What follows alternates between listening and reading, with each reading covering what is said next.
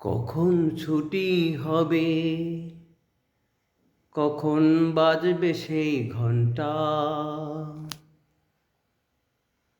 কখন ছুটি হবে, কখন বাজবে সেই ঘন্টা?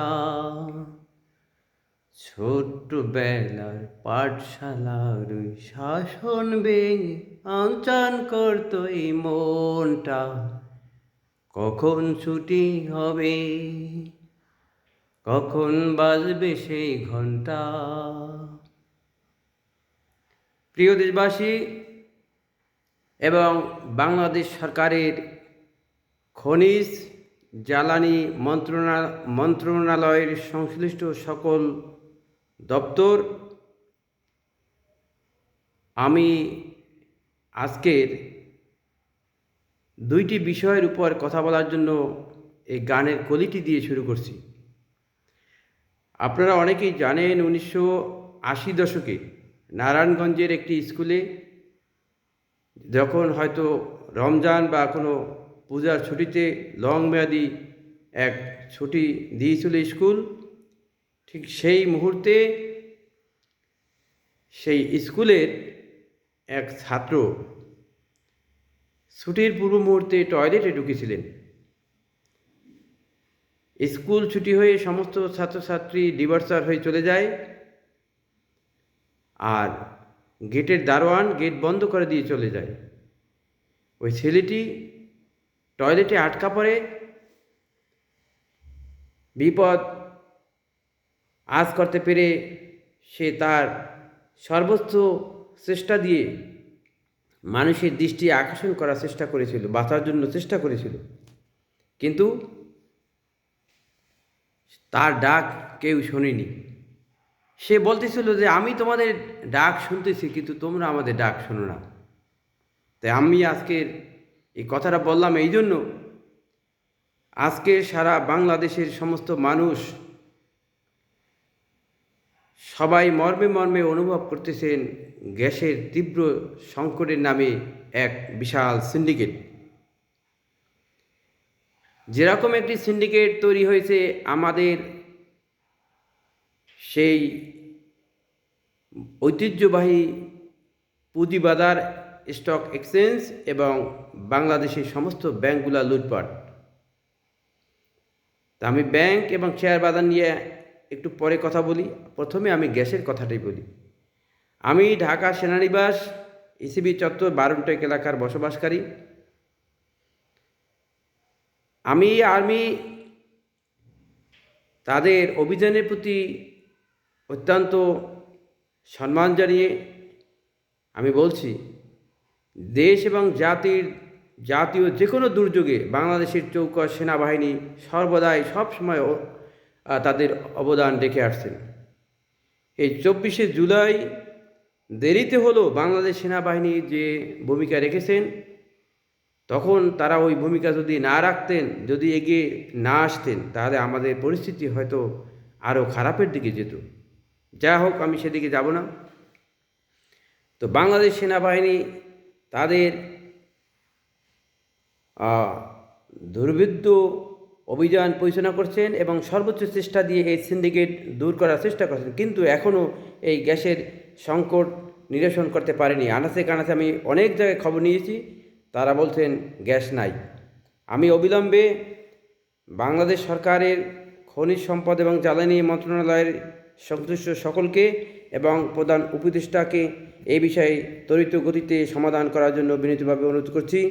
সেই সাথে আমি বলতে চাই, বাংলাদেশ সিকিউরিটি এক্সচেঞ্জ কমিশন এবং বাংলাদেশ ব্যাংকের গভর্নর, বিএসইসির চেয়ারম্যান খন্দকার রাশেদ মাকসুদ এবং ডিএসইসির চেয়ারম্যান মমিনুল ইসলাম, আইসিবি চেয়ারম্যান মোহাম্মদ আবু আহমেদ এবং সর্বোচ্চ ওনাদের মাথার উপরে রয়েছেন অর্থ উপদেষ্টা ডক্টর সালেহ আহমেদ।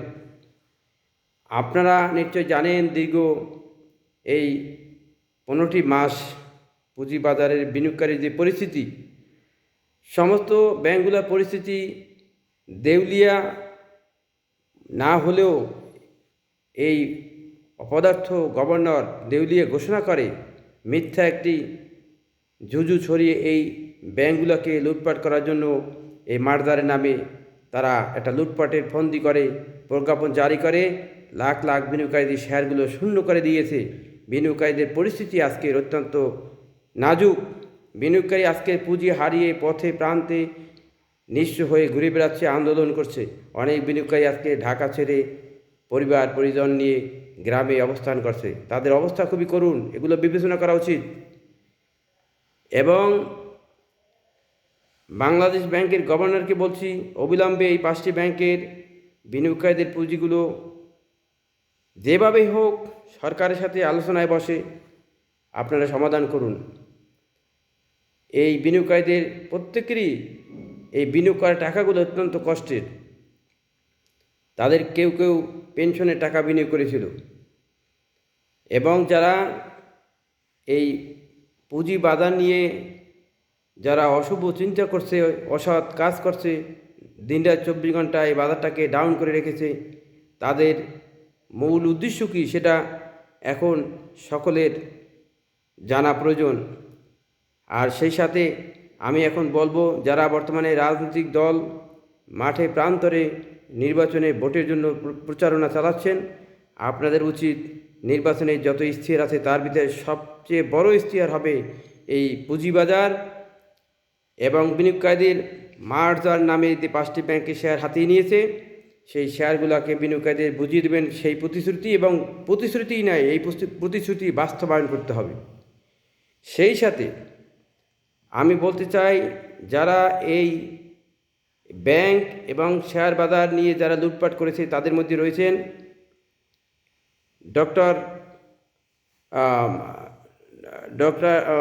ডক্টর সালেহ আহমেদ, তারপর হলো governor Mansur, Abu Ahmed, DSCC chairman Mominul Islam, সেই সাথে জড়িত রয়েছেন আলামিন সহ আরও প্রায় ডজনখানেক মানুষ, যারা এই পুঁজিবাজার নিয়ে বিভিন্ন মিথ্যা এবং গুজব ছড়িয়ে এবং আইপিও নামে যারা বর্তমানে এখন আবার আইপিও আনার চেষ্টা করছে। 400-র মতো কোম্পানি বাজারে রয়েছে, এই ব্রোকার্স অ্যাসোসিয়েশন, তারা আবার আইপিওর জন্য দৌড়ঝাঁপ করছে। আমি দেখলাম, আমার কাছে হতবাক লেগেছে এই জন্য যে ওনারা বিএনপি নবনির্বাচিত চেয়ারম্যান জনাব তারেক রহমানের সাথে দেখা করেছেন, অথচ ওনাদের কণ্ঠে এই 33 লাখ আমার বিনিয়োগকারীর ক্ষতিগ্রস্ত বিনিয়োগকারী ভাইদের কোনো কষ্টের কথা ওনারা তুলে ধরেনি। ওনারা রয়েছেন শুধু ওনাদের সুযোগ সুবিধা আদায়ের জন্য, ওনাদের কর হ্রাস করার জন্য, ওনাদের আইপিও আনার জন্য। ওনারা শুধুই মিডিয়ে বলছে যে ভালো আইপিও না আসলে বাজার ভালো হবে না। আরে ভাই, ভালো আইপিও আনার তো সব দিনই ভালো আইপিও আপনারা নিয়ে আসেন, আসার পরে দেখা যায় কি ওই যেরকম ভালো বলে নিয়ে আসেন, প্রথমে বসেন, বসার পরে আস্তে আস্তে শুইয়া তারপর লাস্টে ওই বাড়ির মালিককেই আপনারা গলা কেটে হত্যা করেন। আপনাদের পরিস্থিতি, পুঁজিবাজার পরিস্থিতি বর্তমানে ঠিক তার বাস্তব চিত্র। আমি বলতে চাই, আমাদের বাংলাদেশের এই সমস্ত লুটপাটকারীদের আর আপনারা আগামীতে যারা নির্বাচিত হবেন, অতীতে কি হয়েছে আমি সেটা বলতে চাই না। এই লুটপাটকারীদের আপনারা কেউ কখনো কোনো দলে কোনো পদ দিয়ে সাহায্য করবেন না, সহায়তা করবেন না। আপনাদের যদি সহায়তার প্রয়োজন হয়, কোনো বুদ্ধির প্রয়োজন হয়, দেশে হাজারো হাজারো মানুষ রয়েছে যারা সৎ, নির্ভীক এবং পরিশ্রমী, তারা মেধা দিয়ে চিন্তা করে কোনো টাকা পয়সা ছাড়া আপনাদের সহযোগিতা দেবে। আপনারা এই চোর ছেচর এদেরকে আর কখনো দলে ভিড়াবেন না। দেশটাকে আপনারা আগামী নির্বাচনে যারা জয়ী হবেন, আমার বিনীত অনুরোধ, আপনারা দেশটাকে সাজাবেন। আপনারা যদি লুটপাট এবং দুর্নীতিমুক্ত বাংলাদেশ করতে পারেন, আমি মনে করি এই দেশ কানাডা, আমেরিকার অদলে গঠন করা মাত্র 1 বছর সময়ের ভিতরে চেষ্টা করলে অনেকটা এগিয়ে দেওয়া সম্ভব আমি মনে করি। তো আমি আজকের কথা এখানে শেষ করব, এবং সরকারের কাছে এবং সেনাবাহিনীর কাছে আমার বিনীত অনুরোধ, অবিলম্বে বাংলাদেশের আনাচে কানাচে যাতে আপামর সকল মানুষ গ্যাসের বোতল কিনতে পারে বা বোতল অ্যাভেলেবেল সাপ্লাই থাকে, ইমিডিয়েট সেই ব্যবস্থা গ্রহণ করা হোক। এই বলে আমি আমার সংক্ষিপ্ত কথা শেষ করছি। আসসালামু আলাইকুম।